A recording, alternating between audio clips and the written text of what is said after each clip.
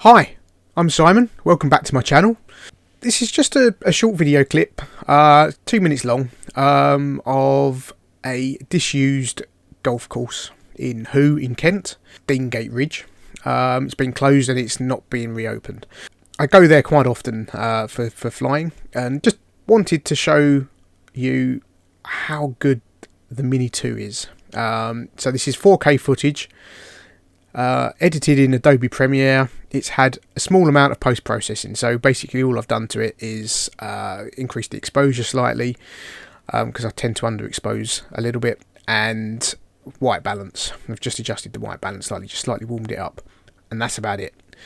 Other than that, it's straight out of the drone, and it just shows you just how versatile this little drone is. Now, if you like my videos, don't forget to subscribe, hit the bell button for notifications. But sit back, enjoy the video. See you soon.